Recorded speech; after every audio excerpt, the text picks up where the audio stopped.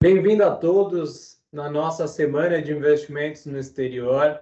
Hoje a gente com a presença ilustre do sócio fundador da PBTEX, Bruno Peixoto. Agradeço a oportunidade de conversar com os nossos clientes. E hoje nós abordaremos alguns temas importantes sobre investimento no exterior, que são, primeiro, por que ter essa diversificação? Alguns cases dos veículos possíveis que a gente tem de investimento no exterior, esses veículos como possibilidade de proteção patrimonial e também como um veículo, inclusive, de sucessão patrimonial. E, por fim, falar um pouco também do nosso modelo de atendimento que a gente tem aqui na Lifetime. Então, como introdução, muitos me perguntam, né, por que ter essa diversificação internacional?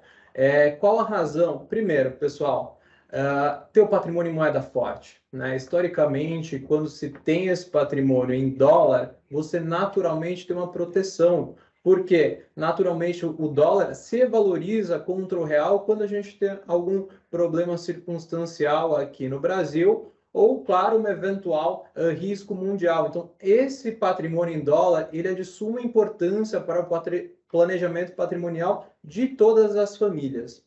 Além disso, a gente reforça muito ter esse patrimônio fora como um planejamento e proteção do patrimônio, tendo uma diversificação geográfica, reduzindo o risco de fronteira do patrimônio. Então, ter todo o patrimônio concentrado no Brasil tem um risco muito grande. Vide agora, meados da pandemia, antes da pandemia a gente estava com dólar por volta de 4. Logo após estourar a pandemia e todo esse risco que teve, o dólar contra o real se valorizou para mais de 5. Ou seja, as pessoas que tinham o seu patrimônio somente em real ficaram quase 30% com menos patrimônio em dólar do que o mundo. E lembrando que hoje a maioria dos produtos que se tem são dolarizados, vide automóveis, combustíveis, alimentos, vestuário, tudo está muito atrelado ao dólar. Então, é importantíssimo essa diversificação como proteção do patrimônio. E, claro, o risco fronteira. Claro que a gente nunca espera que tenha algum problema, mas toda família tem que estar preparada para ter essa diversificação, esse acesso ao patrimônio em outra jurisdição, em outros países. Isso são os temas que nós abordaremos. E, além disso, ter acesso ao principal mercado do mundo, que é o mercado internacional. Para vocês terem ideia, o mercado brasileiro representa apenas 2% do mercado de capital do mundo, ou seja, quase nada. Por que a gente fica restrito somente ao patrimônio no Brasil? É importantíssimo esse acesso, é importantíssimo ter essa diversificação em outros produtos que a gente consegue ter acesso no mercado internacional, tá? Então, esses são os principais pontos que eu queria trazer como introdução para vocês do porquê ter este patrimônio investido no exterior. Agora, já puxando um assunto muito importante, que muitas vezes é ponto de partida para uma discussão deste patrimônio no exterior, convido o Bruno Peixoto para participar dessa conversa. E logo de cara, Bruno, a gente costuma ter muitos cases aqui, muitos clientes com dúvidas, né, de como investir, de qual maneira, que jeito, né? Então a gente sempre tem alguns pontos para abordar. Eu tenho um case aqui muito interessante que eu queria até ouvir a sua opinião de como que a gente traria o melhor veículo de investimento nesse caso, que seria um cliente que primeiro tem o intuito de investir aos poucos lá fora, então ele não quer mandar um dinheiro grande logo de primeira, não tem uma restrição grande de investir num único produto, tá? E é um cliente mais conservador, que quer ter esse patrimônio inicial lá fora. Bruno, na sua experiência aí de outros cases, como que você costuma trazer solução para esse caso? E antes disso, por favor, Bruno, queria que você também se apresentasse para o nosso público antes de comentar esse case. Obrigado. Claro, bom, Vitor, muito obrigado pelo convite, a todos da Lifetime, a todos que estão nos assistindo, que irão nos assistir. Um prazer, ao contrário, estar aqui.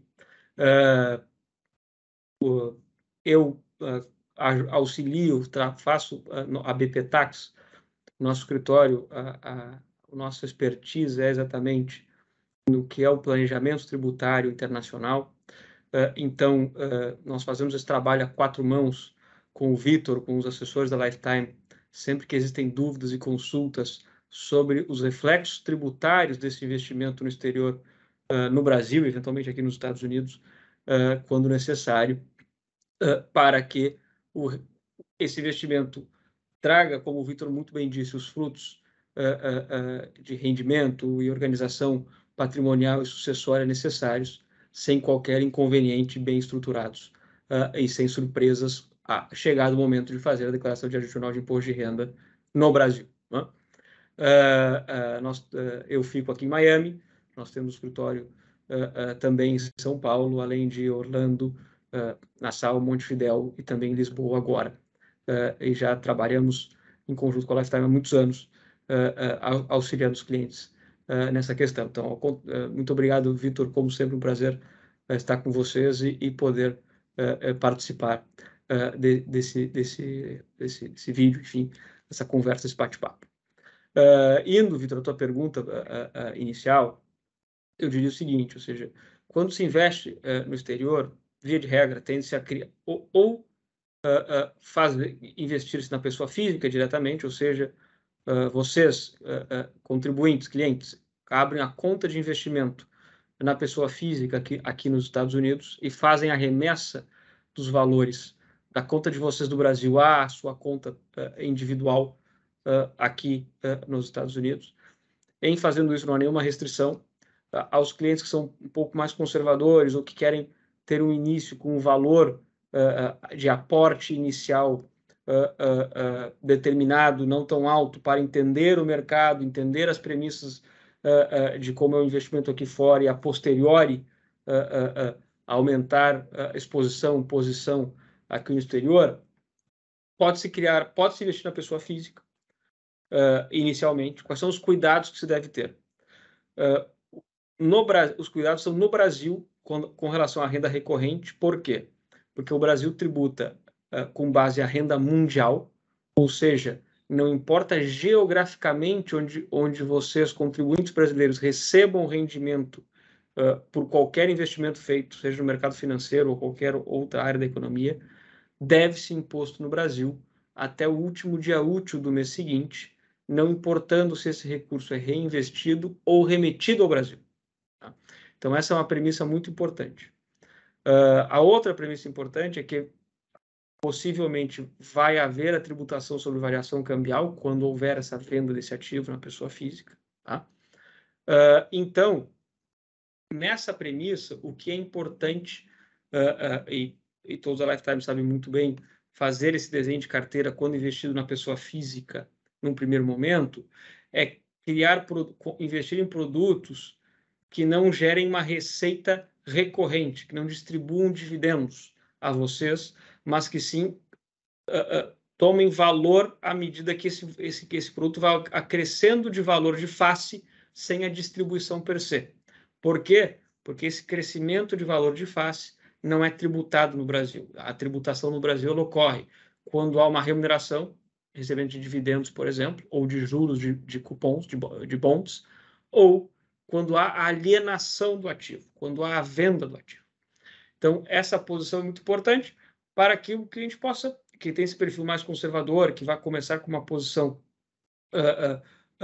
menor e vai aumentando essa posição à medida que o tempo passa, que ele fica mais familiarizado com o investimento no exterior, investe na pessoa física e, a posteriori, avalia-se outra alternativa de investimento, que a gente vai conversar um pouco mais adiante nesse bate-papo, que é, por exemplo, criar uma empresa estrangeira como veículo de investimento aqui no exterior, para que tenha uma otimização tributária nesse quesito. Outro ponto importante que tem que se cuidar é a questão sucessória.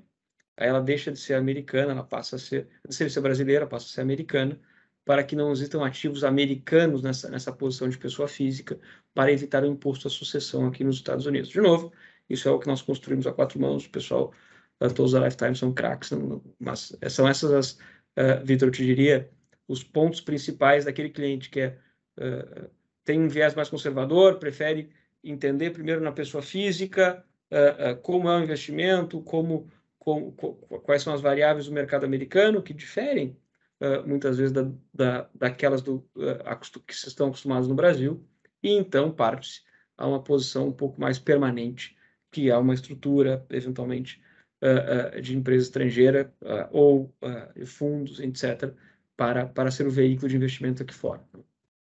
Excelente. E só para ilustrar, esse fundo, né, esse ativo que o Bruno mencionou, é um ativo que não distribui rendimento, ou seja, ele vai se valorizando. Então, por exemplo, a gente investiu $50 mil e ele chegou a $100 mil sem distribuir nada, logo não teve uma geração de renda, logo não teve uma tributação, a menos que se faça o resgate aí no seu valor de 100 mil, aí naturalmente terá que recolher essa tributação no Brasil, certo, Bruno? Corretíssimo, Vitor. Exatamente essa premissa que difere, por exemplo, se é uma carteira de bonds, são os títulos de dívida de empresas, não é? Onde há um pagamento de juros, possivelmente semestrais.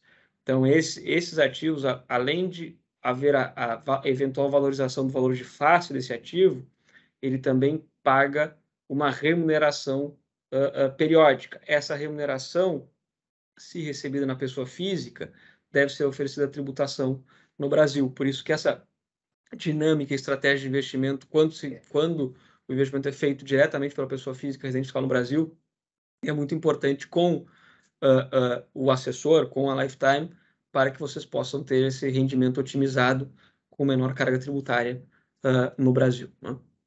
Excelente. Bruno, uma dúvida que muitos geralmente têm é que, tudo bem, eu tenho esse patrimônio já na pessoa física investido lá fora, estruturou uma empresa de investimentos offshore, fazendo essa integralização. Tem-se a atribuição de imposto de renda ou não? Eu consigo fazer isso sem essa oneração? Excelente pergunta, Vitor. Explico e após chego no porquê da companhia offshore, eventualmente o que é uma companhia offshore, o porquê da companhia offshore como veículo de investimento. Tá? Não há a tributação quando se integraliza capital numa empresa. O contribuinte brasileiro, a lei brasileira, o artigo 23 da Lei 9249 de 95, que é a lei de reforma do imposto de renda do Brasil, ainda à época do governo Fernando Henrique Cardoso, ela outorga ao contribuinte a possibilidade de escolha se a integralização de capital é feita com base ao custo de aquisição do ativo constante na declaração de ajuste anual de imposto de renda, para citar textualmente o parágrafo da lei, ou se há valor de mercado, na hipótese de que o contribuinte escolha por integralizar a valor de mercado, aí, em havendo ganho de capital, naturalmente deve-se recolher o imposto no Brasil, mas está a primeira opção, que se pode recolher, que se pode integralizar com base ao custo de aquisição, inexistindo, então, fato gerador por essa razão. Ou seja, aí, Bruno, a gente teria o diferimento desse imposto dentro dessa estrutura de investimento no exterior, certo? Correto, exatamente. E qual é a premissa de criar uma empresa estrangeira como veículo de investimento, pessoal? E por que empresa offshore, enfim, como a forma de investimento? Porque o Brasil, como regra do imposto de renda na pessoa física, o Brasil tributa regime de caixa, além da renda mundial, naturalmente. Então, o que é regime de caixa? A pessoa física tem que receber o recurso para ser efetivamente tributada.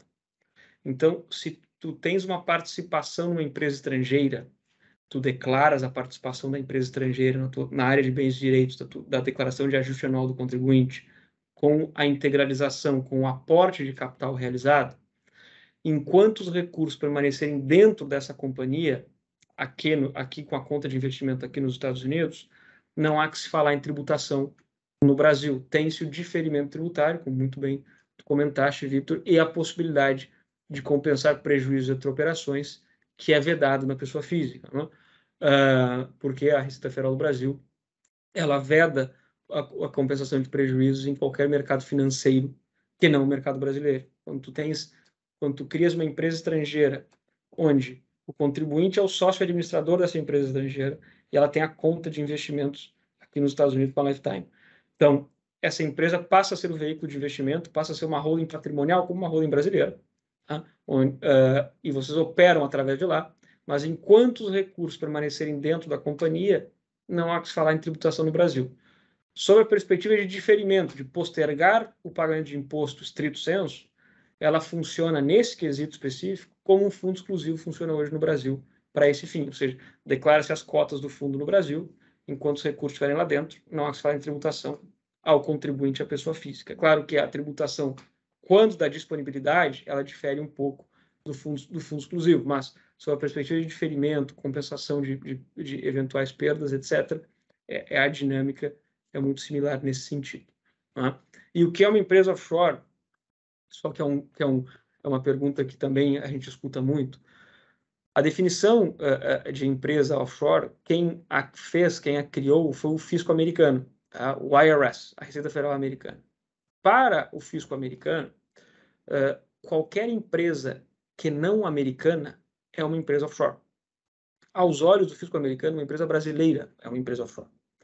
Então, dentro dessa premissa, diz-se que qualquer empresa que não do país de residência do acionista é, por ende, uma empresa offshore, uma companhia estrangeira. Há N formas de chamá-la, PIC, Personal Investment Company, IBCs, International Business Companies, Offshore Companies, empresas estrangeiras, todos são termos para exatamente a mesma estrutura. Excelente, Bruno.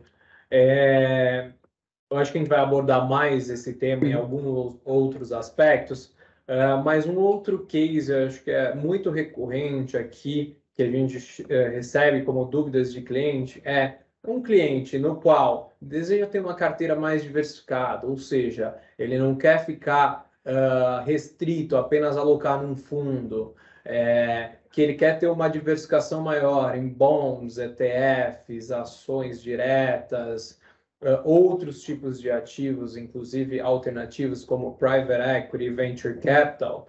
Além disso, ele se preocupa muito com questões sucessórias, tributárias. Qual que é o melhor veículo, qual que é a melhor solução para este cliente ter essa estrutura de investimentos no exterior? Nesse caso, Vitor, com uma carteira tão diversa e, sem dúvida nenhuma, ter a companhia estrangeira vai fazer mais sentido do que investir na pessoa física. Por quê? Porque lembre-se do que nós já conversamos. A pessoa física precisa recolher imposto no mês a mês, sempre que houver fato gerador, levando em consideração a variação cambial e sem poder, no mais das vezes, e sem poder compensar eventuais prejuízos entre operações. Então, a tributação no Brasil ela é muito dura ao investidor brasileiro que investe no exterior. Lembre-se que essa tributação é no Brasil. Nos Estados Unidos, o investidor estrangeiro é isento do imposto de renda sobre o ganho de capital no mercado financeiro americano. Então, estejam vocês investindo diretamente na pessoa física, como no primeiro exemplo, ou neste segundo, criando uma entidade estrangeira como veículo de investimento, não há que se falar em tributação nos Estados Unidos sobre o ganho de capital especificamente. Essa tributação é devida no Brasil. Tá? Mas o outro ponto que é importante, Vitor, da razão pela qual não só o brasileiro, o estrangeiro, quando investe aqui, ele, via de regra, cria uma empresa offshore, é a questão sucessória.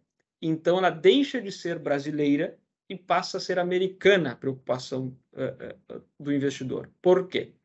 Hoje, no Brasil, o STF decidiu, em abril de 2022, de 2021, desculpa, que por ausência de lei complementar federal, os estados não têm a potestade de tributar o ITCMD em evento causa-mortes de ativos no exterior. Então, hoje, não há a incidência tributária do imposto à sucessão no Brasil de ativos no exterior, qualquer seja a natureza desse ativo. Não obstante, nos Estados Unidos, se existem ativos americanos especificamente na carteira, o que são ativos americanos, dentre outros, ações de empresas americanas, ETFs emitidos nos Estados Unidos, os REITs, que são os Real Estate Investment Trusts, são os equivalentes aos fundos imobiliários americanos, digamos assim, aqui nos Estados Unidos. Liquidez financeira quando não em conta de banco, mas sim em conta de corretora. Tá? Esses ativos, dentre outros, são o que aqui se denomina US Situs Asset. E quando existem ativos americanos que superem os $60 mil na soma deles, e o titular deste ativo for um estrangeiro e houver a sucessão patrimonial em território americano, geograficamente em território americano, os herdeiros, os beneficiários, serão tributados pelo State Tax, que é o imposto à sucessão americano, que vai de 18% até 40% as alíquotas. Então, por isso que, via de regra, quando tu tens uma posição já de maior monta, com maior diversificação, onde eventualmente vai haver ativos americanos, faz mais sentido criar esta empresa offshore como veículo de investimento aqui nos Estados Unidos. Ela vai poder ser usada para outros fins também. Se vocês quiserem comprar um imóvel aqui nos Estados Unidos, por exemplo, ou investir em outra área da economia real, que essa premissa sucessória também é válida, essa empresa eventualmente, obviamente há que se analisar o caso a caso, mas eventualmente poderá servir como a holding patrimonial que controlará a entidade americana que vai ter investimento na economia real americana. Então, é uma estrutura que é utilizada para N fins. Então, faria mais sentido dessa forma. Por quê? Porque nesse cenário não existe sucessão em território americano. A sucessão está offshore. E ao estar offshore, não há que se falar nessa hipótese de tributação à sucessão americana. Então, essa é outra razão, além do diferimento de postergar o imposto no Brasil, há também afasta-se qualquer discussão ou possibilidade de tributação sobre a sucessão no estrangeiro de ativos americanos. Excelente. Bruno, geralmente quando a gente conversa com os nossos clientes, eles têm algumas dúvidas, né? Primeiro, qual que é a jurisdição onde será incorporada essa empresa offshore e quais as diferenças, quais as preferências? E outra dúvida é, qual que é o meu risco em relação a essas jurisdições, né? E quero também que você comente um pouco da questão de onde especificamente fica esse dinheiro. Não fica dentro da empresa, fica nos Estados Unidos. Conta um pouco para a gente, por favor, Bruno. Claro. Sob a perspectiva tributária, tanto brasileira quanto americana, não há uma diferença de tratamento em função da jurisdição da companhia. Tá? Nos Estados Unidos, a premissa de não haver imposto sobre o ganho de capital no mercado financeiro permanece. No Brasil, o diferimento tributário permanece.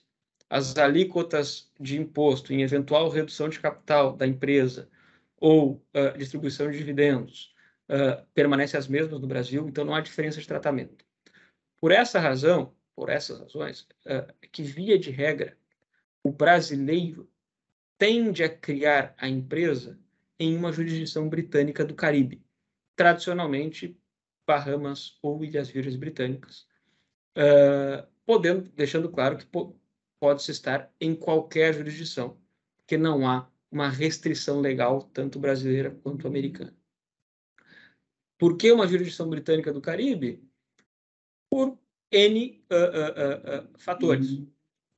Não há tributação de renda, não há tributação de sucessão, e obviamente tu queres escolher uma jurisdição onde tampouco exista essa tributação, para que não exista dupla tributação, quando do Brasil. Permite-se um único acionista e um único diretor, ou mais de um, que não seja residente fiscal local. As instituições financeiras americanas, qualquer outra jurisdição, elas estão acostumadas a tratar e trabalhar com contas cuja titularidade são empresas dessas jurisdições. Então, vocês não correm o risco de abrir uma empresa, uma jurisdição um pouco mais remota, ir para a abertura da conta bancária e a instituição financeira disser: eu não trabalho com essa jurisdição, então tem que começar do zero a um gasto novo desnecessário.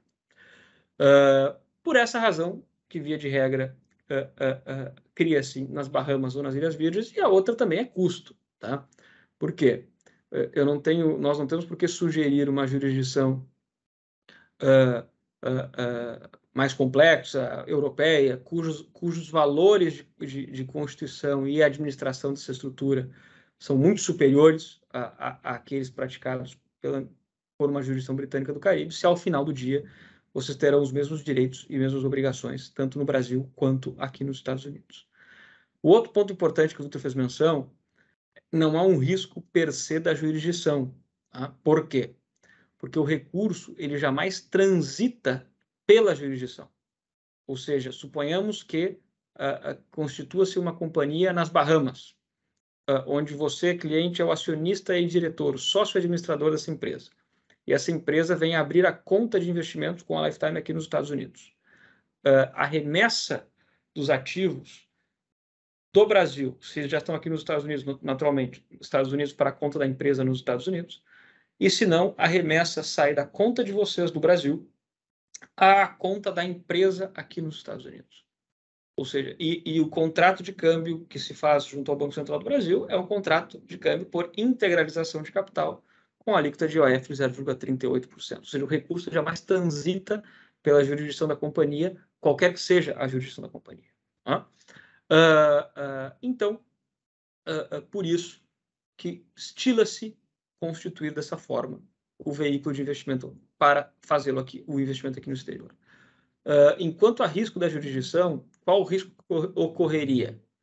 Se há uma mudança legal na jurisdição da empresa, se há uma mudança de regime que faça com que, a partir da mudança de regime, exista a mudança legal na jurisdição da companhia. Nestes casos, dever-se-á criar uma nova estrutura, não vai haver um prejuízo financeiro no sentido que o recurso não estará perdido, porque o recurso está custodiado nos Estados Unidos, uma instituição financeira americana, e vocês são sócios administradores da empresa. Mas, aí nessa hipótese, deveremos criar uma estrutura noutra jurisdição, abre-se a conta dessa estrutura dessa outra jurisdição na mesma instituição financeira nos Estados Unidos e transfere-se os ativos para lá. Nunca aconteceu, nunca vi acontecer, isso é hipótese, tá? E é também uma das razões pelas quais se utiliza uma jurisdição britânica do Caribe. Por quê? Porque ao final do dia, por mais que exista um administrador local, um primeiro-ministro, um gestor local, são membros do Commonwealth of Nations britânico, o King Charles, agora é o chefe de Estado, então isso confere alguma estabilidade, a quem diga até maior que a nossa no Brasil, mas enfim, essas são as razões pelas quais há essa sugestão, não há uma obrigação, não há algo que é binding aqui, não é que necessariamente tem que ser dessa forma.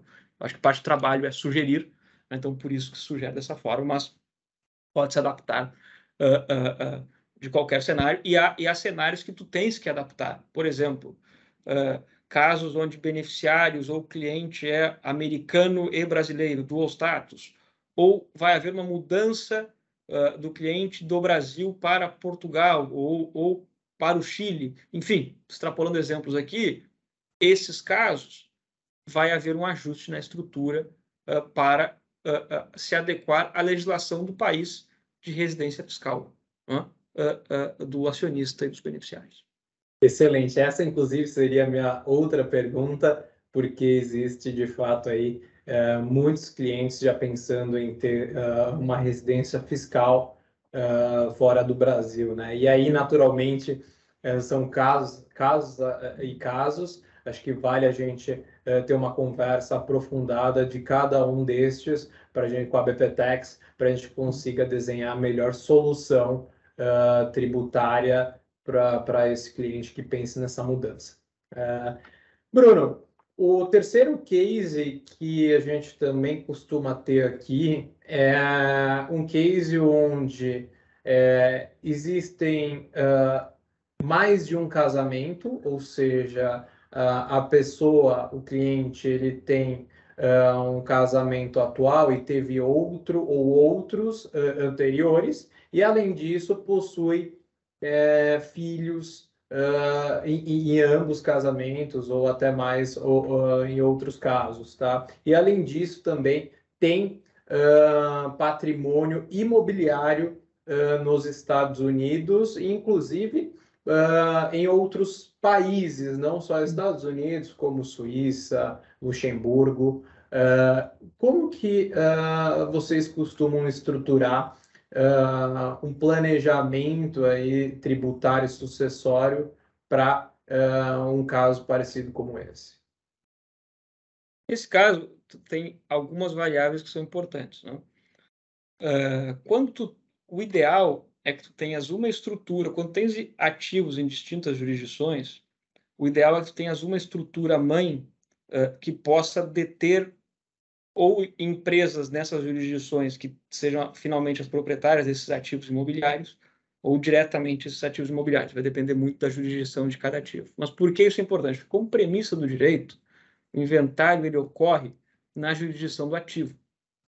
Então, neste exemplo, se tu tens uma empresa offshore com uma conta de investimento nos Estados Unidos e tu não organizaste a sucessão, tu tens um ativo nos Estados, um bem imóvel nos Estados Unidos na pessoa física, um bem em Luxemburgo e outro na Suíça, os teus herdeiros, além do inventário do Brasil, vão ter que abrir inventário em quatro outros países.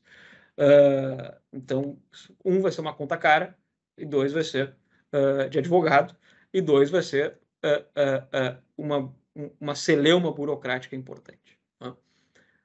Então, o importante nesses casos é entender as obrigações de cada jurisdição para que se tenha uma única estrutura que possa coordenar tudo isso e deixar já a sucessão organizada dentro dessa estrutura, de uma forma que ou não se tenha diretamente o inventário, se possa organizá-la automaticamente, ou seja um inventário apenas para validar, corroborar o testamento, enfim, deixando os beneficiários. Aí, obviamente, depende das características e do objetivo de cada família para entender o cenário mais adequado. Dentro dessa premissa, o que eu sempre recomendo aos clientes, respeitem a legítima, tá? No Brasil. Por quê? Porque muito provavelmente alguém que tenha um patrimônio relevante no exterior brasileiro, ele tem também um patrimônio mais relevante no Brasil. E se não se respeitar a legítima, ou seja, pode-se dispor de 50% do patrimônio, guardadas as proporções de regime nupcial e demais, se não se respeitar a legítima, o herdeiro ou herdeiros prejudicados, eles dificilmente vão conseguir se valer da lei brasileira numa jurisdição britânica onde a legítima não existe. A herança legítima, a herança necessária não existe. Mas eles poderão, no inventário brasileiro, arguir que, olha, eu fui prejudicado no patrimônio familiar no exterior, eu vou requerer a compensação no patrimônio brasileiro. Até houve uma decisão bem recente do Superior Tribunal de Justiça brasileiro conferindo ganho de causa a essa premissa de um herdeiro que foi prejudicado. Então, guardada a proporção legítima, eu sempre respeitaria a norma brasileira dessa forma, lembrando que todo brasileiro pode dispor de 50% do seu patrimônio, então, mas é importante que se tenha os instrumentos adequados no Brasil, testamento, enfim, determinando essa premissa. Bruno, agora vamos fazer um corte porque eu vou voltar. Eu acho que a gente vai fazer esse terceiro case que eu exagerei muito com conta na Suíça e etc. Tá? Eu acho que eu vou me restringir só a 2 casamentos, filhos em ambos os casamentos e imóveis no exterior. Pode ser? Eu acho que é mais fácil. Aí eu acho que vale até falar numa LLC, numa PIC para cada, né? Coisa. Bom, aí você vê Perfeito. o que você costuma estruturar na maioria dos casos. Perfeito. Bom, Bruno, então entrando no nosso terceiro caso aqui, que a gente vê muitos clientes com dúvidas, um cliente que possui um atual casamento, mas teve outros anteriores, inclusive possui filhos em ambos, e além disso possui também imóveis no exterior, qual que é a melhor estrutura de investimento para este cliente que vocês costumam executar? Vitor, neste caso, o que se busca fazer via de regra é criar uma estrutura mãe, uma estrutura holding no exterior, que possa coordenar, controlar a totalidade dos ativos. Tá? Então, tu tens uma estrutura, suponhamos que é o que ocorre no mais das vezes para ilustrar o exemplo da maneira mais fácil. Uma família que tenha uma empresa estrangeira, uma conta de investimentos nos Estados Unidos e um ativo aqui nos Estados Unidos. Via de regra, a estrutura clássica que se utiliza é uma empresa britânica do Caribe, que tem a conta de investimentos aqui nos Estados Unidos, e esta empresa controla, à sua vez, uma empresa limitada americana, uma LLC, que finalmente vai ter aquele ativo imobiliário aqui nos Estados Unidos. É claro que existem variações a essas premissas de jurisdição de uma holding intermediária nos Estados Unidos, mas isso é muito caso a caso. Por que isso é importante de se ter? Porque o inventário no direito, como premissa do direito, ele ocorre na jurisdição do bem. Então, se tu tens uma empresa estrangeira, um ativo financeiro e um ativo nos Estados Unidos, tu não organizas a sucessão de uma forma adequada, os teus herdeiros vão ter 3 inventários a fazer: ou no Brasil, ou nas Bahamas ou nas Ilhas Virgens, e o americano. Outro ponto importante: nos Estados Unidos haverá um imposto à sucessão, além do inventário. Então, para evitar esse procedimento burocrático de abertura de 3 inventários em 3 países diferentes, costuma-se criar essa holding patrimonial, que é a holding que sai, cujos demais investimentos saem a partir dela, no mais das vezes, e esta empresa deixa-se a sucessão já organizada de uma forma a que, ou não se tenha diretamente qualquer processo de inventário local, ou B, que essa transição seja automática, ou B, que mesmo havendo um processo de inventário local, ele seja extremamente célere, simplesmente para validar o testamento ou o documento equivalente, determinando os beneficiários, os herdeiros daquele caso. Então, é como geralmente nós estruturamos qualquer planejamento nesse sentido. Enquanto a questão de herdeiros, Vitor, que tu fizeste o caso, o que é importante? No direito saxão, não existe a herança legítima, a herança necessária, como existe no direito civil romano-germânico, que é o nosso direito brasileiro. Mas, como o investidor é residente fiscal no Brasil, eu acho extremamente recomendável que preserve-se a lei brasileira em caso de sucessão. Ou seja, lembrem-se que no Brasil, ressalvados os regimes nupciais, naturalmente, pode-se dispor de 50% do patrimônio em caso de sucessão. É importante que isso esteja redigido num documento antes da morte, porque senão não há validade, mas pode-se dispor de 50%. Eu manteria essa premissa. Por quê? Porque se não for feita, um contribuinte brasileiro, um residente fiscal brasileiro que tem um patrimônio relevante no exterior, ele, via de regra, tem também um patrimônio relevante no Brasil. Então, se isso não for respeitado, o herdeiro prejudicado pode fazer o caso no inventário brasileiro que ele foi prejudicado no exterior, não se respeitou a legítima e requer a compensação para que a legítima seja respeitada em relação ao patrimônio brasileiro. Isso vai gerar um inventário de muitos anos, porque vão haver recursos e mais recursos de todas as partes, custos e traumas a todos os envolvidos. Então, minha recomendação é essa, que o planejamento seja muito bem feito, naturalmente, mas guardando essa proporção. Por essa razão, inclusive, há uma decisão recente do STJ nesse sentido, onde um beneficiário, um herdeiro, foi prejudicado com relação ao patrimônio no exterior, e o STJ conferiu ganho a esse prejudicado, compensando com o patrimônio no Brasil. Então, esses pontos são muito importantes, porque o que se busca no planejamento sucessório é proteção patrimonial, naturalmente, mas a organização a fim de que os herdeiros possam se valer desse patrimônio rapidamente, sem dificuldades e sem carga burocrática. Fantástico, Bruno. Bruno, agradeço muito. Acho que a gente passou pelos principais cases que a gente tem aqui, mas, claro, deixo aberto aos nossos espectadores para que entrem em contato com os nossos especialistas para a gente poder entender melhor o caso de vocês e agendar uma conversa junto do Bruno da BPTEX para fazer algo bastante customizado. Bruno, entrando na reta final aqui da nossa gravação, queria abordar alguns outros temas também que são muito importantes, tá? Para fins de sucessão, voltando, desculpa. Bruno, entrando na reta final aqui da nossa conversa, tem alguns outros temas também importantes que costumam gerar muitas dúvidas nos nossos clientes. O primeiro deles é proteção patrimonial. Existe alguma diferença, alguma vantagem em ter esse patrimônio no Brasil ou no exterior?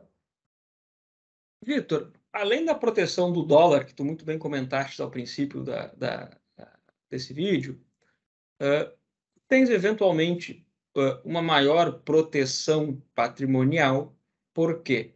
Porque esse recurso ele não está no sistema financeiro nacional brasileiro, ele está no exterior, ele está nos Estados Unidos.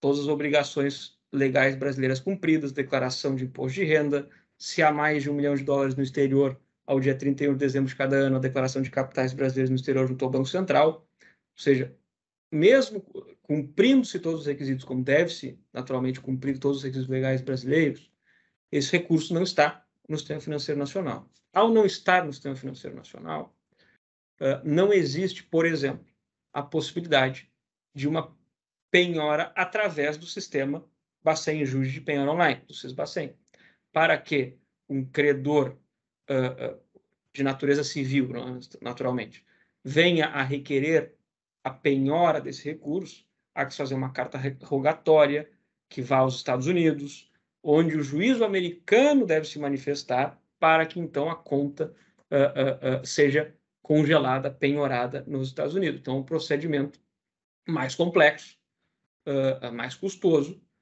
ao credor, né? Então, tem-se, sim, uma maior proteção patrimonial de volta. Todos os requisitos legais cumpridos, mas há uma maior proteção patrimonial vis-à-vis manter o recurso no Brasil por essa razão. Ótimo, Bruno. Outro grande assunto que, inclusive, a gente já abordou brevemente em algumas partes dos cases que você comentou, para fins de sucessão, quais são os impostos incidentes, suas alíquotas e, mais importante, quais são as possibilidades que a gente tem para organizar esse patrimônio no exterior? Perfeito. Lembre-se que hoje, por ausência de lei complementar federal, não há o ITCMD especificamente sobre a transmissão patrimonial em evento de sucessão de ativos no exterior. Tá? Então, no Brasil hoje, eventualmente, se houver essa lei complementar federal, como cedo ou tarde deve haver, o ITCMD seria reinstituído às mesmas alíquotas que se tem no Brasil hoje, a depender do estado da federação de residência do contribuinte. Mas hoje, ao dia de hoje, não existe.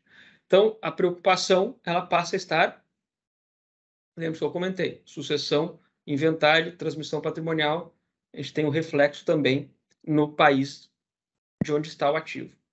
Então, onde há transmissão patrimonial desse ativo.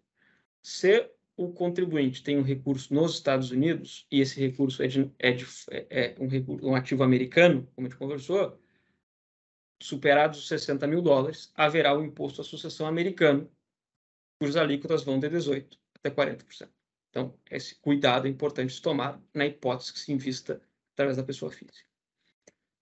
Quando se investe através de uma empresa offshore, uma das premissas de escolha de jurisdição para ser a holding de investimento no exterior de vocês é, naturalmente, que não exista o imposto à sucessão, como nós conversamos. Então, não há a incidência do imposto à sucessão, tampouco na jurisdição de origem.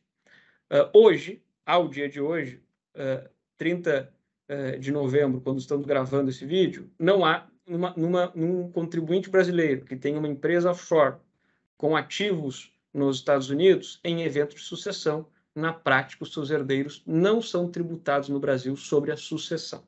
Tá? Enquanto às obrigações, princípio da isonomia tributária, as obrigações que tu tens herdeiros de declarar são exatamente as mesmas de declarar um patrimônio herdado no Brasil, com a informação na declaração adicional de imposto de renda. A única diferença é que não há a guia de recolhimento da Secretaria da Fazenda do Estado de residência de vocês especificamente sobre esse ativo. E enquanto, Vitor, há sucessão patrimonial dentro desta empresa, eu diria para ti que depende muito do objetivo do cliente, mas via de regra, tu tens o testamento local, que faz o inventário ser mais celere, porque é simplesmente validar o testamento local, nada mais do que isso.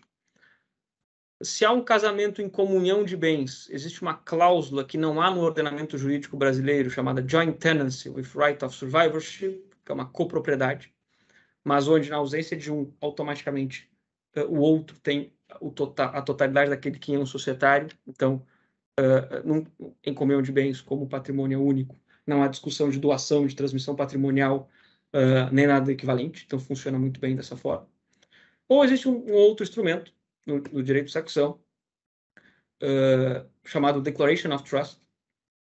É um contrato, como um testamento, onde o próprio acionista da empresa é o administrador, settlor e trustee, ou seja, nada muda em relação à participação societária e demais. Simplesmente é um instrumento que diz, olha, na minha ausência, fulano, beltrano e ciclano são os beneficiários. Transfira-se a propriedade das ações da empresa a eles.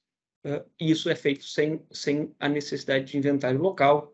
Enfim, tampouco é um instrumento recepcionado no nosso ordenamento, mas entendo que ele funciona muito bem, porque não há um gestor profissional que toma a gestão da empresa, não há mudança no certificado de ações das companhias, etc.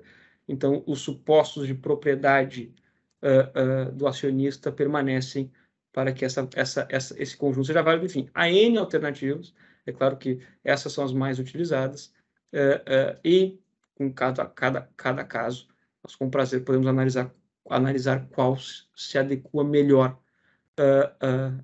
a cada cliente. Né? Fantástico, Bruno. Agradeço muito. E agora queria